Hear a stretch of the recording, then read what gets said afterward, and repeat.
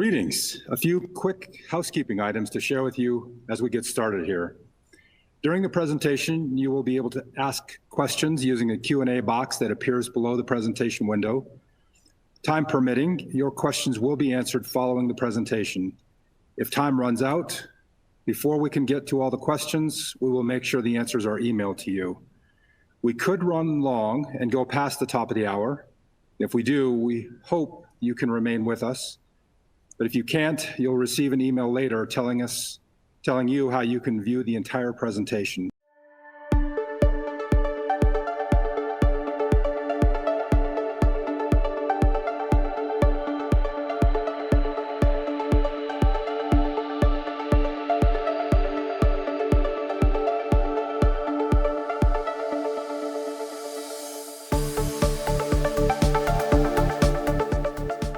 Good afternoon, and welcome to what I believe will be a provocative but critical conversation about the urgent need for manufacturing supply chains to evolve in light of the stress testing they've encountered during COVID-19.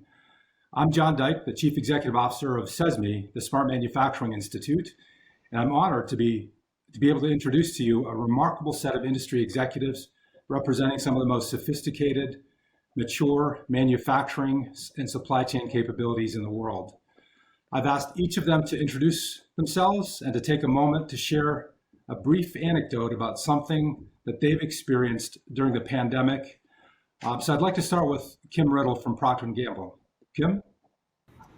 Excellent. Thank you, John. And again, thank you. It's an honor to be part of this panel and conversation today. I am Kim Riddle. I work at Procter & Gamble, and the current role I'm in is Vice President of Supply Chain Innovation.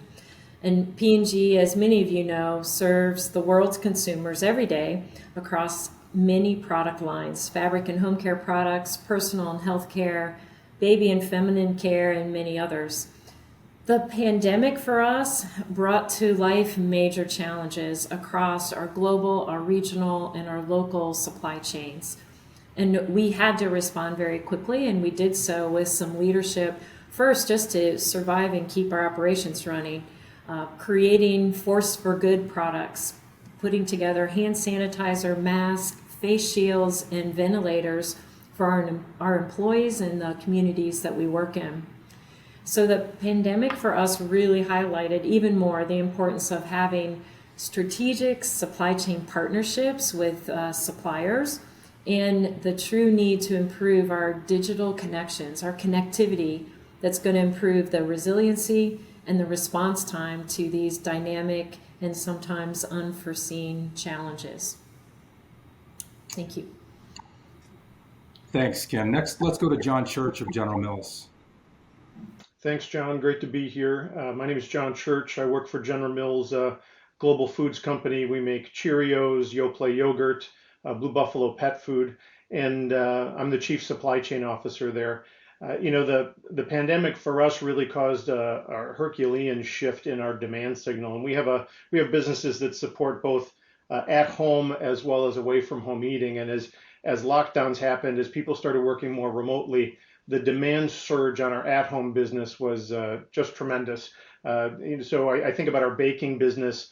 We saw a tenfold increase in demand for things like flour as people started baking with their kids and making desserts at home and those kinds of things. We sold a month's worth of soup in a day as people did some panic buying around those things. Some of our channels went from doubled the amount of e-commerce, whether that be click and collect or delivery to their home, as people started to worry about touchless and convenience and those sorts of things. And the changes associated with that, knowing where products were, how were we going to adapt, really forced us to try to understand what's the connectivity, what's the opportunity for us to do things in a way that's more elegant rather than by brute force. The flip side is our away from home business had to pivot, and while we had idle capacity, we had to take those lines. We actually produced for donation to try to feed folks as people were out of jobs. They ended up availing themselves of food shelves and things like that. So the amount of pivoting we had to do was something we had never experienced before. Fascinating. Thanks, John. Cornelia Coles from Johnson & Johnson. Would you go next? Yes, thanks, John. As John said, my name is Cornelia Coles, and I'm Vice President of Innovation, Supply Chain Innovation Orchestration and Scaling with Johnson and Johnson. Johnson and Johnson, as a company, uh, focuses on pharmaceuticals, consumer business, as well as medical devices.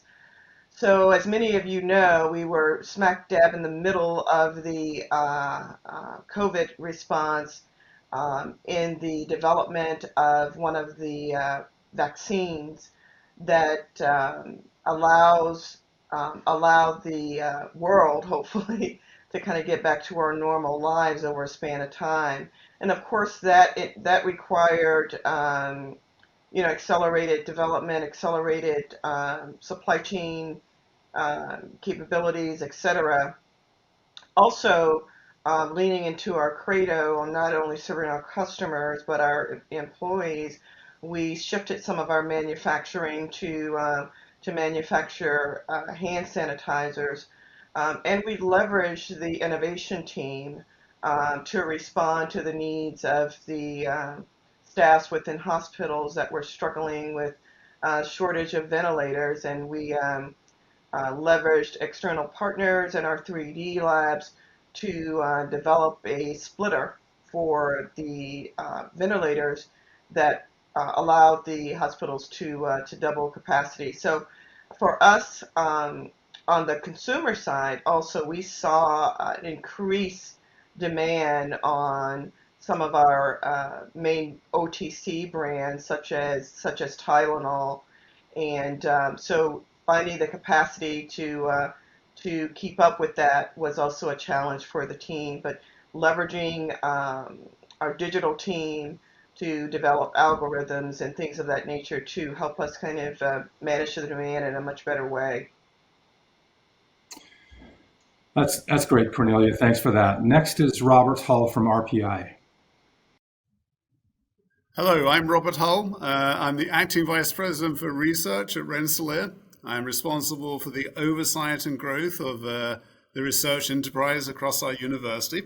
Our research enterprise covers a broad spectrum of fundamental science, engineering, humanities, business, and technological applications.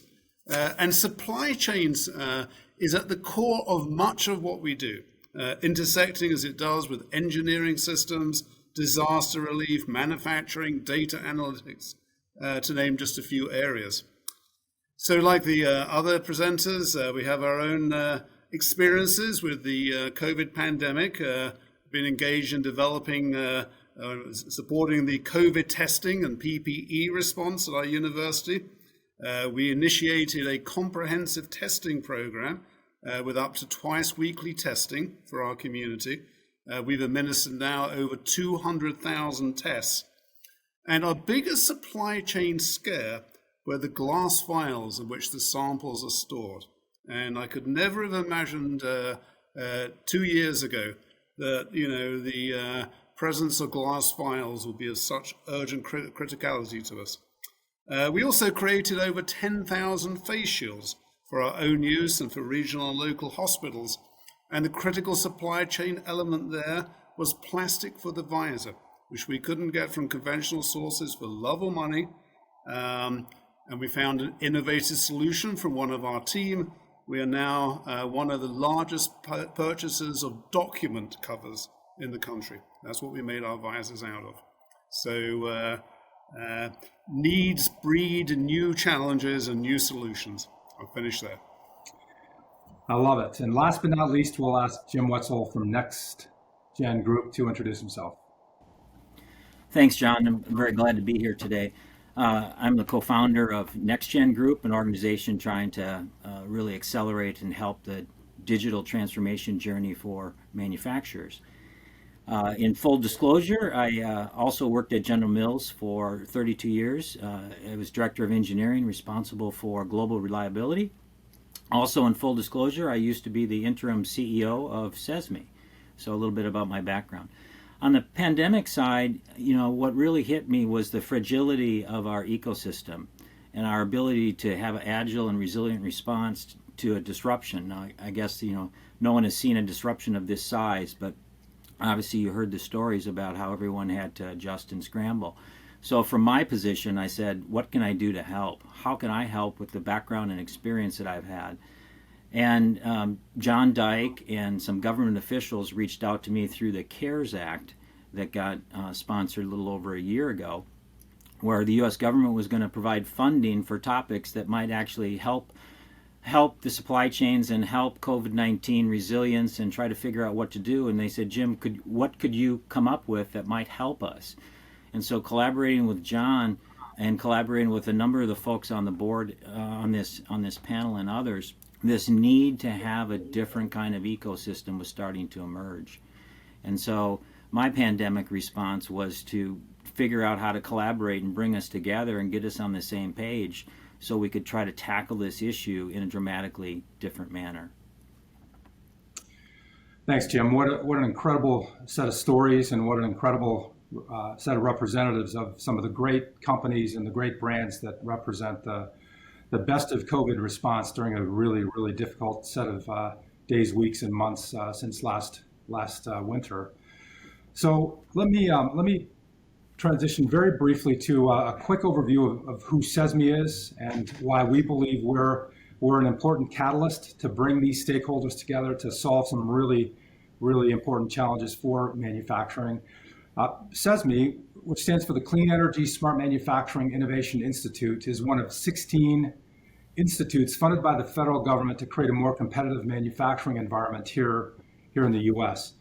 You'll see us, CESMII, in the bottom left-hand corner, headquartered in Los Angeles, California.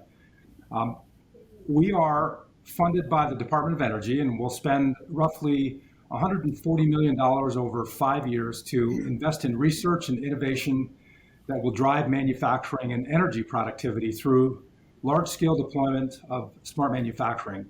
Our vision is simple. It's to democratize or accelerate the democratization of smart manufacturing, working with all of the stakeholder groups in this ecosystem, as you see here, to dramatically reduce the cost and the complexity of smart manufacturing. This will have enormous implications for not just the large enterprises that you see represented here, but the small, medium manufacturing ecosystem as well, making smart manufacturing for many for the first time accessible to them as well. The focus of this panel and our objective today is to share with you what we believe to be a vital initiative to create real-time, end-to-end supply chain visibility as a standardized and de facto standard capability here for U.S. manufacturers. In March of 2020, at the onset of the pandemic, we, as the Manufacturing USA Institute leadership, began getting together on a weekly basis to determine how best to support U.S. manufacturing, given the enormous challenges that we were, in many cases, still are facing. Among other important initiatives, we decided to join forces to create a decisive set of strategies, policies, and recommendations designed to strengthen America's manufacturing base and improve our ability to respond to future disruptions. We summarized that in a paper called A National Manufacturing Guard, outlining the creation of several specific initiatives that will enable us to learn from the recent past and ensure that we're aggressively working toward a much more resilient supply chain and manufacturing base. In this paper, we recommend the creation of, number one, a National Manufacturing Guard, number two, a Technology Corps, which is essentially a gateway to America's 21st century workforce, and number three, a National Supply Chain Data Exchange, which was entirely inspired by the Supply Chain Task Force that we're here to discuss today, and that's represented here on this panel today. You can actually download a copy of this paper at manufacturingguard.com and engage there if you're interested in supporting this important initiative. We were then privileged to work with a bipartisan group of policymakers, including U.S. Senators Chris Coons and Marco Rubio, and Representatives Haley Stevens and Troy Balderson, who have leveraged these insights and recommendations to create a bill titled the Resilient Manufacturing Task Force Act. They introduced this legislation in January, earlier this year, to reinforce the U.S. supply chain against future disruptions, recommending the formation of these three initiatives I just outlined. You can find an executive summary of this entire initiative that I had the privilege of authoring on sme.org in an article entitled, as you see here, appropriately enough, the Resilient Manufacturing Task Force Act.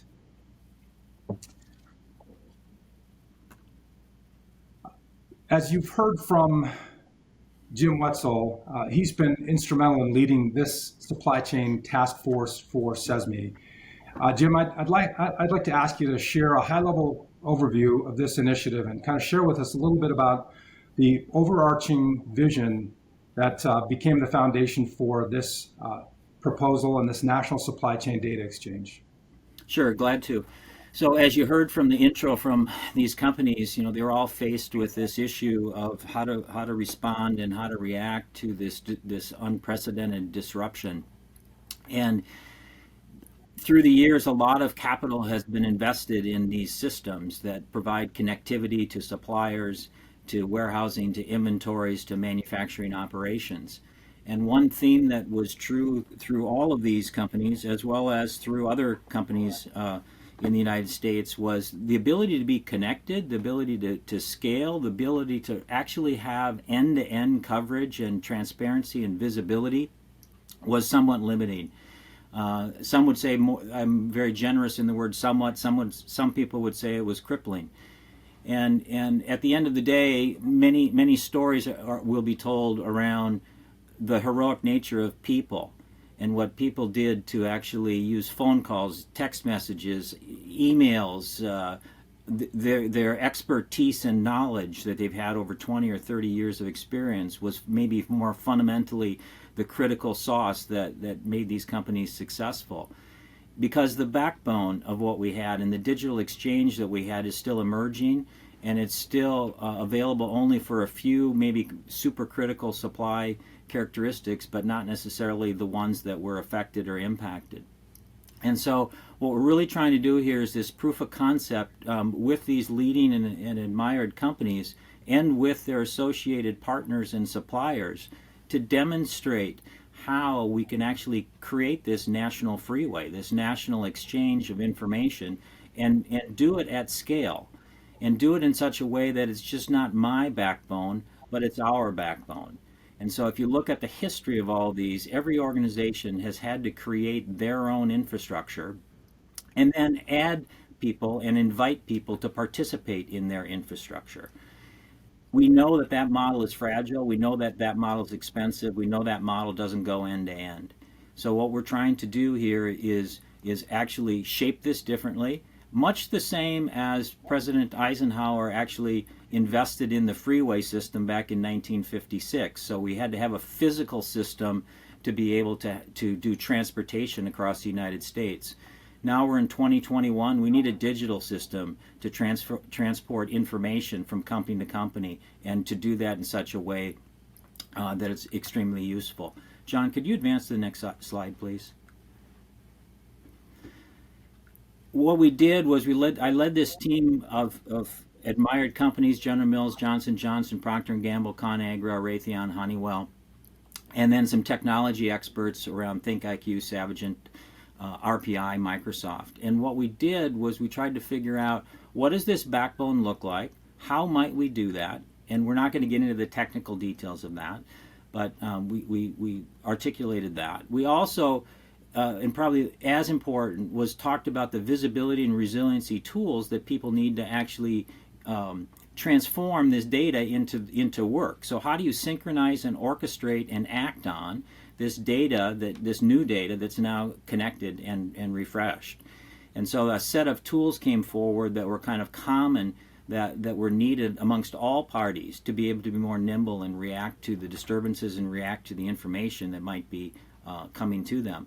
And lastly, to be able to create a playbook, a standardized playbook / center of excellence that all manufacturers could go to. A lot of this stuff is built into the best of the best companies. A lot of them are represented here today. But as you think about the 300,000 or 400,000 manufacturers out there, their ability to have world-class capability and participate in a world-class supply chain doesn't exist as robustly as it does with others.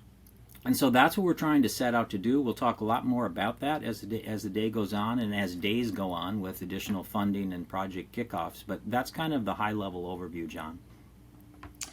Yeah, I think great summary, Jim. Thanks for that. Let me turn to the three manufacturers represented here on this panel and ask first you, John. Your teams collectively on this task force have told us that no manufacturer can do this on their own. You have deep pockets, you have a lot of expertise, but it takes a supply chain to pull this together. What would you say are the opportunities to creating this end-to-end real-time supply chain visibility with your supplier partners? And comment too, if you would, briefly on what you see as some of the challenges. In other words, if this is strategic, why hasn't this been done yet? Terrific. So, as we look, there are 28,000 suppliers in our ecosystem, and there are absolutely opportunities around connecting digitally, automating, making response times quicker, being able to see where things are in transit, what the manufacturing queue looks like. That can help us run our systems better. It can help suppliers run their systems better. It can allow for more efficiency and more productivity. But it also is incredibly important during times of disruption, where something hits the fan, and you need to be able to navigate through a dynamic situation where things aren't running how they should. Being able to see things and being able to make decisions in real time just allows the ecosystem and the supply chains to be more agile. But there's 28,000 folks just in our ecosystem, and while we could build our own sorts of connectivity, our own protocols around how to share data, the reality is that's super expensive and not scalable. And more importantly, the same suppliers that supply us at General Mills supply Procter & Gamble, supply ConAgra, supply J&J, and we can't have a different answer for that. And so it isn't scalable. There has to be standardization. There has to be a way to approach that can allow American manufacturers to be more competitive. And that scalability is what we're looking for in this. We've tried to create this in the past, but it's been small and it's been tough to get adoption. You end up with fragmentation and eventually they die under their own weight. Our goal and our hope in participating in this is that we can find some middle ground that can benefit all of the ecosystem. Great summary, John. Thanks. Cornelia, let me turn to you next and ask you the same question. What do you see as the opportunities? And if you have a moment as well on the challenges, that would be great. Absolutely. So we see tremendous opportunity in having end-to-end visibility within our supply chain, and John touched on so many of those. Some of the challenges, however, for us have been the costs, right, associated with investing and creating the necessary digital ecosystem. Also, for us, the most significant challenge is, as we work through this, is orchestrating multiple functions and stakeholders to align and prioritize on the effort within J&J and with our suppliers. One way we've started to try to address this is connecting our initiative with our demand-driven supply chain strategic initiative and focusing on our most critical value chains within the organization. The challenge regarding systems within our company as well as with our suppliers are at different maturity levels, have found to be a challenge. The right intent is always is there, but it can be difficult. So while in other cases the challenge for the need for greater data generations internally and external as well to connect with our suppliers. So that's what we're seeing right now, John. Thanks for that, Cornelia. And Kim, would you comment on that as well? Absolutely. So, at P&G, our relationships and digital connections with our supply chain partners, it's always been fundamental and important. I think the pandemic just made it so obvious that what we have today is not enough. And we've been on this journey to synchronize our supply chains And to go end to end, we truly need some standard approach and scale. We don't have enough visibility and information to handle the disruptions, the change, and really be resilient and recover with the information that's available to us in real time on a daily basis. So like the other companies here today, P&G is very excited and interested in partnering with CESMII in getting on with this industry standardization so we can have some smart manufacturing data profiles. We can exchange data between suppliers, our contract manufacturers. We can plan appropriately and provide our goods to the customers and consumers that we serve. So for us, the biggest challenge is how do we get to that lack of data that requires a lot of customization? And we've done similar, tests, experiments, trials, pilots, but it becomes a barrier if we don't standardize and go for true scale and do it in a way that's going to serve everyone end to end.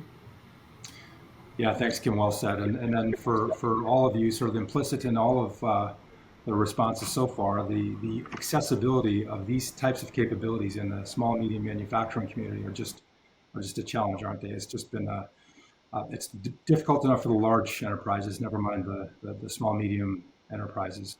So Robert Hall, representing academia, we understand how important and necessary the role is that you play. We've invited you specifically to this supply chain task force for that reason. Would appreciate if you could take a couple of minutes and tell the audience about the vital role that you have played and can play going forward to advance this initiative. Yeah, so thank you. This is a very exciting initiative to Rensselaer. It's a wonderful opportunity to partner with industry leaders such as General Mills, Procter & Gamble, and Johnson & Johnson, and to be at the ground floor in developing such a critical new supply chain solution. Any challenge of this complexity requires integrating expertise from multiple domains, multiple disciplines, and multiple perspectives. So we will be bringing faculty from the schools of science, engineering, and business to this particular project to lend their expertise and experience. We'll bring cutting-edge expertise in data science, technology, algorithmic design, human decision-making to create the foundations of these new resilient supply chain technologies. And in particular, we'll be providing solutions that harness the data revolution to provide solutions that respond to situational data, what we might call the speed of business. And then most of all, I think we're training the leaders of the future, whether it's at the undergraduate level, where, for example, the RPI principal investigator on the project, Professor Jennifer Bazur, teaches a class on design and analysis of supply chains, or whether it's the graduate students who will be involved, who we are training to create critical new knowledge and methodologies in this field. So this is the future.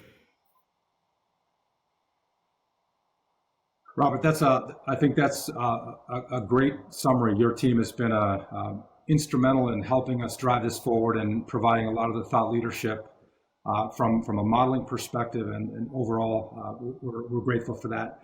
Let me turn to you, Kim, for the next question, and I'd like to be a little provocative for a moment. Why now? Why this team here? Why with CESMII? Meaning, why would we be the place to go and solve this strategic, national, if not global, challenge? Can I ask you for your thoughts on that? Absolutely. So why now and why us? If I look at building on successes from the past, one of the things P&G has been able to do successfully is partner in industry. So think within a manufacturing site where you have a variety of OEM and you put together a manufacturing process or packing system. And we've created standards called PACML and Universal PAC that have then been adopted broadly within a manufacturing setting. And that allows us then to have integrated data access and programming access and interplay between these components and parts to optimize the throughput, to optimize the performance. So building on that success, we can see this future state of having a national supply chain data exchange. It's bigger, right? It goes outside the walls of manufacturing and connects these industry standards end to end across multiple supply chains with multiple partners. And we want to stand together with this kind of illustrious group of industry partners and CESMII to co-design, co-develop, and bring this to life. I think now is the time. We've learned very challenging and painfully that there is a better way, and we have a reason to believe that we can do it. And we have the right set of partners here, amongst this group to go do the development and construct it and launch it as a national data exchange system. Great, Kim. Thank you. Robert, let me turn back to you for the same questions. Why us? Why now? Yeah, so I think the fundamental issue is we now have access to just an extraordinary wealth of data, driven by a vast network of sensors and collection systems in an all-pervasive, intelligent internet of intelligent things. So we have the opportunity now to dynamically assess and reconfigure the increasingly complex and ever more interconnected supply chain network. The fundamental challenge, though, is that data is messy. It's inherently messy. It comes from many different sources with different structures, different provenances, different meanings. It's collected at different timescales and with different units. And to translate that massive data into tools that can aid decision-making requires new algorithms, new ontological and new computational tools. RPI is at the forefront of this field, and the technologies exist to find a solution. It's a critical challenge. Our alternative is simply to drown in the data. And if we need any further evidence of how critical this challenge is, we come back to the pandemic, where we've seen the tragedies of people dying because of lack of oxygen supply chains, as just one particularly low point and one low example. So we have the tools, we have the will, because we've seen what happens if we don't get this right, and through this program we have the opportunity. Thanks, Robert. Jim, anything to add to that? Well, I'll just add a couple things. I'm going to steal a quote that I've learned from John Church over the years. John, hopefully he'll let me take this. It allows us to be all in, right? So you think about what's been different and why us, why now, is because we can be all in. We don't have to have our own separate agenda on this topic. We just learned, like Robert said, about the traumatic issues of pandemic, not only from a business, but from a personal perspective. And so we finally have a chance to align. And we can align and rally around this topic because it's too big for any one company to solve. That's why us, why now. The other thing is that from a technical perspective, we're finally ready. We don't have to invent new technology. It's been invented for us. We have technology that we can take advantage of with cloud technology and web technology and artificial intelligence and machine learning, and all that stuff has been developed for over 20 years. So now, we take a look at the ability to get all in. We can rally all boats, and we can have even pillars of people, process, and technology applied to this problem, probably for the first time ever. In such a dramatic and terrible situation, to some extent, the future, the stars have aligned a little bit to allow us to rally around a common cause. And whenever you do that moonshot or that common cause, dramatic things are gonna happen. And so I think that the time is now. The we are us, and this is the time to actually make it happen. Yeah, I think you're exactly right. And I'm guessing by now most of the folks that are listening to us are probably asking some questions or thinking about the complexities that are involved in this, right? There have been attempts to do this in the past and they haven't succeeded. And so with competing incentives or the challenges that were already underscored, it's become clear that this would have to be a win-win for all participants to be a part of this. And we've also heard from the team that this initiative won't be successful if it's only helpful or relevant in extremely dire, sort of edge of the bell curve disruptions like a pandemic. What we need to do is make sure that we structure this initiative, this proof of value or proof of concept, to deliver value in normal operations, normal day-to-day operations, as well as the sort of edge of the bell curve scenarios that we've just experienced. So let me ask you first, Cornelia, what incentive would your suppliers, many of which are these small, medium enterprises, what incentive would they have to participate and share important data with you? Is there any way that this effort could be structured to make them better, to help them improve? How do we get to a win-win? Absolutely. From a win-win standpoint, as we go through this effort and liberate the data, it's important for the suppliers to have access to that data that would also be critical to them and their operations. This means real-time access to demand data and the ability to interact with us as the customer in real time regarding that data. It's important that the suppliers benefit from some of the key aspects that we anticipate as a supply chain organization ourselves. The most important of which is serving our end customer in a more predictable manner. However, there are other benefits such as optimized inventory, quicker decision making, data-driven insights, and increased productivity, which are shared with our suppliers. Hopefully, this results in a different relationship, the one which is more collaborative and a true partnership. I love that. John Church, I've heard you say similar things in the past. Would you comment as well? How do we get to a win-win? Yeah, I agree absolutely. First of all, your statement around this has to work for all parties or else it falls apart, I think that's really critical. And I think it's all parties, including small players that are super important parts of our supply chain and may not have the wherewithal or the technical capability or maturity to participate. That's why this is so exciting for us. The data, and I agree with Cornelia, that the data sharing and the ability to orchestrate and see things just unlocks capabilities. If you're a supplier, yes, we benefit as General Mills, and we've seen that we can optimize our performance, our costs, serve our customer. But if you're a supplier, if you can see what our needs are going to be, if you can see what Procter's needs are going to be, if you can see what your other customers' needs are, you can understand if there's more availability of business for you to go get. You can think about how to optimize the entire portfolio of your business in order to minimize transportation costs, in order to build the most effective schedules, and that'll lead to more economic wherewithal. I think that it's clear to us that the visibility in the data will unlock, and there's no question, regardless of where you play in the value chain, it's an opportunity for you.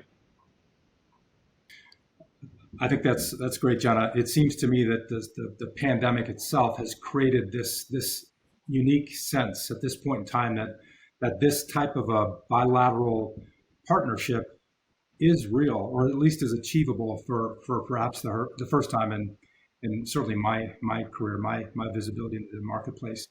So Robert Hall and Jim, let me ask you the same question here. There have been attempts to solve various aspects of this challenge, and yet the challenge is still before us. It's still significant. There are many efforts underway right now.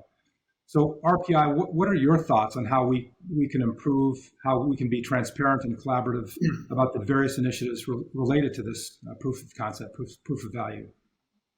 Yeah, so thank you, John. So there has been something of a graveyard of putative supply chain solutions in the past, but we see three things which are significantly different now. The first, as we've discussed several times, just the national will based on the severe and often life-threatening challenges arising from the pandemic. The second is data, and the sensors and tools such as edge computing that go with it. And this initiative, in our opinion, really integrates the right components to make the solution work. So domain knowledge, data-informed decision-making, and the emphasis on data standardization, on ontological structures, and just the contextualization of data profiles. So these, I think, are the right ingredients. We believe firmly are the right ingredients for the basis for a universal platform.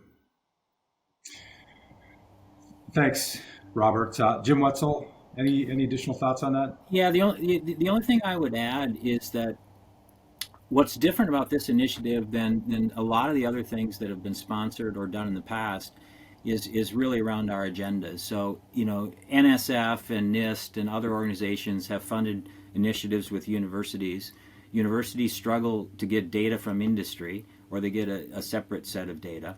You have vendors who are trying to create solutions that are they're trying to get to market to sell. What's interesting about here is we're trying to really build a collaborative team, and we're building out this proof of concept and this demonstration use case in industry. At Procter and Gamble, at General Mills, at J&J is going to be the demonstration. So I think what's unique and really allows us to maybe cross that chasm is to take those great ideas that have been invested in and get them into industry in these example cases. I think that's spot on, Jim. I think it's important to recognize, as I think you both did, that there are many complementary, synergistic organizations that are thinking important thoughts about these capabilities, and that we can work collectively with the best of breed, with the brightest minds out there to solve this problem in a way that actually moves the needle forward in a measurable way for this initiative. I'd like to ask John, Cornelia, Kim, and Robert to take a couple minutes each and just elaborate a little bit about this initiative as a whole. How important is this both to your organizations and to our joint vision for a thriving, sustainable, and competitive manufacturing environment here in the U.S.? John, would you start us off? Sure, happy to. The world moves a lot faster. It moves at the speed of light, literally, and in a way that hasn't been predictable. So, as we used to rely on expertise and age-old processes and those kinds of things, it's clear to us that as the marketplace moves, as our consumers move, we're going to need to lever digital and connected capabilities in order to respond appropriately, and that is going to require a level of investment that, quite frankly, the return on is limited if players can't share data and allow for this orchestration, this connectivity. And so the necessary platforming, the agreements, the sort of pre-competitive nature of being able to see and have protocols across the supply chain is an incredibly important enabling capability. Data sharing is going to be key to the future resiliency of supply chains. And I think that we can get inspired by the pandemic and what we all saw and the heroism and the brute force that was necessary. But I think all of us would agree that's not sustainable. It may not be repeatable. And while, yes, COVID-19 was one, we fight these things all the time. There's been several hurricanes in the last 18 months. There was a fuel shortage and a pipeline shutdown. There are disruptions in our supply chains all the time that we're going to have to deal with. Being able to see and navigate and come up with alternatives to allow us to continue to function despite the disruptions, I think is a really important capability and one that's worth investing in. Certainly, we're anxious to be part of the solution and part of the test. Thanks, John. Cornelia? So this is extremely important for Johnson & Johnson as a leader in transforming supply chain for healthcare. We must absolutely be prepared to take on areas such as end-to-end visibility. This in order to remain an agile, responsive, and flexible supply chain to serve our customers and to compete globally. COVID has only magnified the need for this. We're embracing this on our own, but an initiative such as this would allow us to move faster, which is extremely important in today's fast-moving competitive environment. Having common approaches and standards will allow companies large, mid-size, and small to engage with one another to create greater visibility that leads to informed decisions, and greater linkages will lead to more agile and flexible and resilient supply chains and timely execution for the betterment of our patients and for our customers. So for us, this is extremely important. Thanks, Cornelia. Kim? Yeah, so for P&G, I mean, we're super excited to be invited in and join the SESMII-led initiative. We see the value definitely in having a national supply chain data exchange. And for us, we want to be industry leaders in supply chain innovation and continue to optimize and improve both what we do, but the businesses we operate with in a supply chain. So historically, I think the pandemic was kind of a wake-up call, right? We really did need this in prior years, and now it's needed even more. And we should not delay it for the future. Let's get on with the great partners in industry that are here in this panel. We want to take that first big step and get the standard and the highway written and that infrastructure so that the future becomes real, and then we can help adopt it more broadly. So for me, it's about effectively taking this initiative on, partnering with where the mastery and knowledge is, and bringing it alive in an effective and a scaled way to serve the better good, right? The better good for all of us in supply chain and operations. Yeah, well said, Kim. Thank you. Robert, would you add your comments as well? Clearly, this is important to the nation, ultimately to the world, to enable sustainable delivery of materials writ large, I mean, efficiently, economically, and when necessary under conditions of great duress. And John Church is so correct when he says it's not just the pandemic. I mean, we're forever trying to deal with creating supply chains in natural disasters, and sometimes doing very poorly at it. So the Katrina example comes to mind. So there's so much better that can be done to sustain human well-being and ultimately human lives. I mean, we've always known this, but the pandemic brought home how we've been susceptible to the weakest link in the supply chain. And again, never did I imagine that I would be desperately reliant on document covers. And then for RPI, this represents a forefront intellectual challenge that embodies our motto, why not change the world? That motivates our faculty, and it provides outstanding training opportunities for our students. So partnerships like this are incredibly important to us. Thank you, Robert. And let me just pause for a moment before we transition to our audience Q&A here. That it's been a real, genuine privilege to have you on this panel today, sharing your perspective, sharing your thoughts, your insights.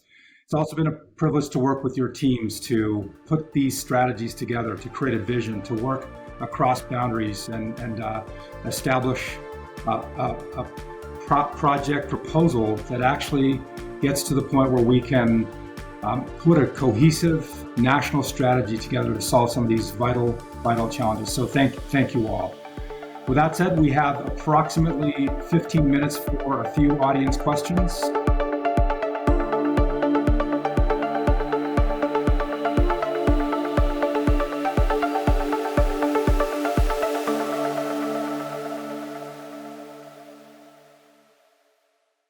Let me instigate a dialogue here with the panelists. Jim Wetzel, if I could start with you.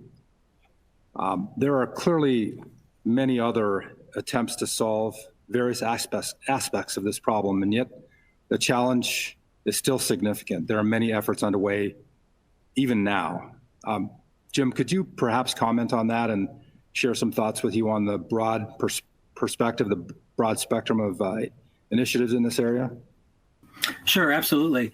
And John, you can hear me okay? Yes, I can. Thank you. Okay. Yes, there's a lot of activity in this space. Obviously, there's a bit of a holy grail aspect to this. We've been trying to achieve a digital transformation of all these organizations and companies as they connect and potentially share information. You heard the stories already around the complexity, the messiness, the cost of doing that. Ultimately, I think what's going to be different around this one is the approach we're taking. So one of the novel things that's happening under the CESMII umbrella is the concept of data profiles and the ability to basically have plug and play capability of your information, along with provenance and governance of that information. So those that create it control it and decide how to participate that data into the supply chain. So that's a novel difference. The second is the willingness of these organizations to actually participate in an ecosystem that maybe they didn't create. So you heard John Church talk about that from General Mills around, we've got to come up with different ways to do this. We've got to figure out how to exchange data with our partners, with our trusted partners, so that we can do business differently. Data structures and frameworks and stuff that have been done in the past have not taken on the context of this national infrastructure, this national approach. It's primarily been driven around how I expand my ecosystem. You know, supplier 1, company 2, supplier 3, company 4, that kind of thing. So I think there's a lot of opportunity to think differently on this topic, but at the same time to learn from what people have done before and what successes they've had, and as well as what failures. I mean, most of the time we learn a lot by failing, and people don't want to talk about that, but that's really where a lot of lessons can be learned. So I hope that provides some input. Yeah, thanks, Jim. John Church, let me ask you a question that's come from the audience here. Could you say more about the urgency to have these capabilities? Is this something that's important for us to be working on now? Can we afford to wait? What are your thoughts there? You know, I think that we can always afford to wait. The problem is where this is needed is certainly during crisis, but it pays benefits during steady state. And so the question I'd have is why? Why would we choose to wait? Why wouldn't we steel ourselves against disruption and invest in things that'll work for us during peacetime as well as wartime? And as we are navigating things like the pandemic, we found out that we had to make much more quick decisions. We had to do it in a way that with information and systems that didn't tie together, and there's not enough emails and cell phone calls and text messages in the world to make America resilient if we can't build a foundational platform. And so from my perspective, the urgency is that we know what can happen. We have an understanding of how to do it.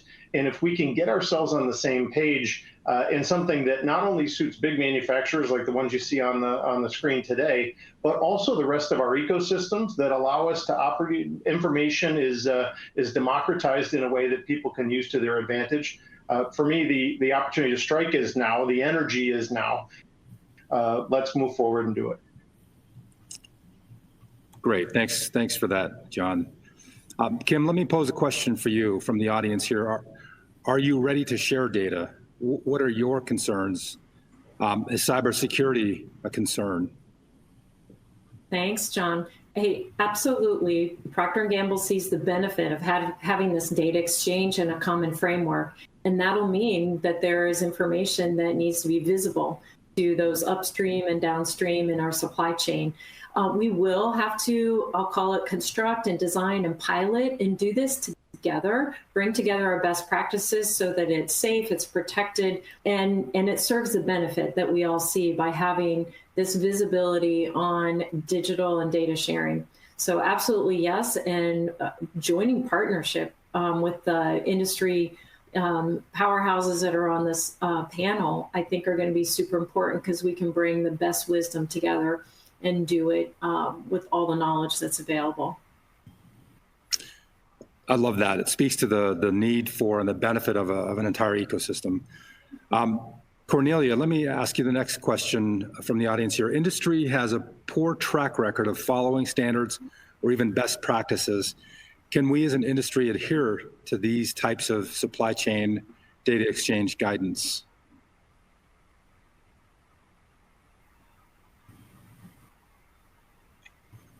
I think you're on mute, Cornelia. I am. The world of Zoom. No, thanks, John, for the question. From Johnson & Johnson's perspective, the industries and markets that we usually serve kind of require that, we follow standards. But typically, if you see, when you're thinking about standards or thinking about best practices, people typically adopt them when they're win-win situations, right? When there's something in it for them. And certainly this initiative has that in droves, right? And I think the price of not doing it, if we get the masses on board, will become too big for others not to follow the standards or get involved. But I think as we think about our approach and how we do this, ensuring that there's a win for the manufacturers, win for suppliers, and win for others throughout the ecosystem would allow for adaptability and eagerness to adopt the standards. Thanks, Cornelia. I think that's a great perspective. Let me turn to Robert and ask you, what are the emerging or future fields where these technologies could be further developed? Well, thank you, John. Yeah, I mean, this partnership with Procter & Gamble and Johnson & Johnson and General Mills and the opportunity to create such a robust and interfacial and impactful system is in itself a very highly exciting frontier. But one could dream of extending some of these methodologies to even more what we might call extreme situations, such as space, the battlefield, disaster relief, to name a few, where supply chains may be longer in both distance and time, where they may be more expensive to fulfill, and where they may be more prone to disruption. And of course, each of those are understatements. So could one marry optimized supply chains with local materials, for example, in-transit processing, and planned reconfiguration and reuse at the location? And I could see how some of these methodologies could even play into, scenarios as sort of forward-looking, as complex as those. I've got one other thought I want to add. It's only really a half-formulated thought, but I think it should be in all of our minds as we think about integrating potentially additional functionality. So, for example, social justice. Could we find ways to integrate intelligence into this network, into this supply chain methodology for minority, women, or veteran-owned businesses, for avoiding products that exploit labor conditions, that inherently minimize carbon footprint, for example. So I could imagine, even beyond this, exciting and broadly relevant challenge we're addressing now, a whole slate of future opportunities. Yeah, I think the opportunity seems significant and if not endless there. Robert, thank you. Jim Wetzel, great question posed asking, can you describe, I'm sorry, wrong question. Why not take advantage of already existing frameworks or technical standards and best practices available within organizations like MESA or the automotive or electronics industries? I think that's an important thing to consider. Well, we will. I mean, we will take advantage of those that have gone before. We will take advantage of those frameworks and structures. I would just suggest, though, we're pushing the boundaries on this, right? So those frameworks and structures that have gone before obviously have done a lot of good, but they haven't solved the problem either. So we want to learn from that, and then we want to move ahead. Yeah, I think that's spot on. The reality is this problem, this challenge, this opportunity is one that exists for reasons we understand. We've addressed and pointed to in the dialogue here so far. But the reality is it's still an unsolved opportunity or challenge. And working with the existing capabilities, the existing standards that are out there, leveraging those where it makes sense, where we can, that's indeed part of the research effort and part of the work that this team has identified and plans to execute on as we go forward. We have far too many questions far more questions than we can actually answer in this time frame, but I'll try to get to a few more. Jim, there's another one that I'd like you to address. It's of a more pragmatic nature. Can you describe what this supply chain data exchange might look like? In other words, will each manufacturer and each supplier be using specific technologies to enable this real-time connection? What might this look like?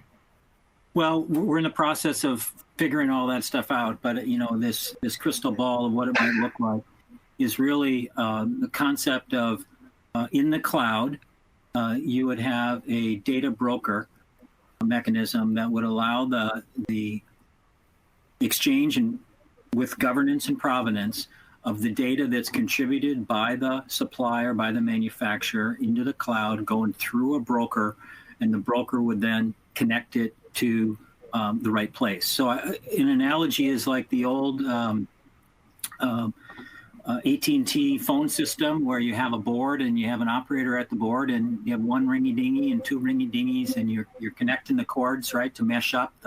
My data needs to go here, my phone call needs to go there. And so what we're really talking about is an infrastructure that would take full advantage of cloud technology. They take full advantage of a data broker technology, take full advantage of creating a common data model so that we understand when someone says an inventory, or it says a finished good, or it says whatever, that those are defined and described, much like some of the standards organizations like GS1 and others are doing in different areas. But really to provide that universal almost hub and spoke kind of scenario where I can mesh up my data with those that need to consume it. Great, thanks, Jim. I'll respond briefly to two questions, and then we'll wrap here. There's probably 20 or more questions that we don't have the time to respond to, but we will respond to each of the individuals and post the Q&A on our website at CESMII.org as well. One of the questions here is, what specific actions are you seeking by the Biden-Harris administration? Is it already acting on your requests considering this announcement today? So the short answer is we have submitted a proposal to execute on that these three organizations, plus RPI, plus Microsoft and CESMII, will be executing on, assuming we get funding for this project. And that's what we're requesting for right now, demonstrating the scope of the opportunity and the challenges, the thought leadership, the work that's been done already that we believe enables this ecosystem to collaborate together and in the ways defined here, so that we can get to the point where we're actually implementing and executing on this proof of value, this proof of concept. So that's the sort of actions that we're seeking for as we look for support for this initiative. The final component here was we have the manufacturers represented on this effort. Is there a need to have anyone representing their suppliers and or contract manufacturers? That's the nature of this project as a whole. We've identified these three manufacturers plus roughly 30 suppliers that are part of this proof of value, for whom we will connect their manufacturing operations to the manufacturing side, so that there is a real-time flow of information between the suppliers and the manufacturers themselves. So that's actually part of this proposal, that we develop the actual technology and then implement these capabilities. And the playbook, as you saw in the previous set of slides and responses, the playbook that then allows us to be scaled up for tens of thousands and then hundreds of thousands of manufacturers across the country, assuming we're successful in demonstrating these capabilities and driving the support necessary, the policy, effective policies that are required to see this entire initiative move forward. So with that, I want to thank the panelists here, an outstanding group of executives and leaders, and look forward to engaging with this marketplace more broadly as we see the support for this initiative and have the opportunity to actually see this turn from a proposal, from theory into practice. Thanks again to the SME for the partnership, for the opportunity to engage in this important dialogue, and have a good day.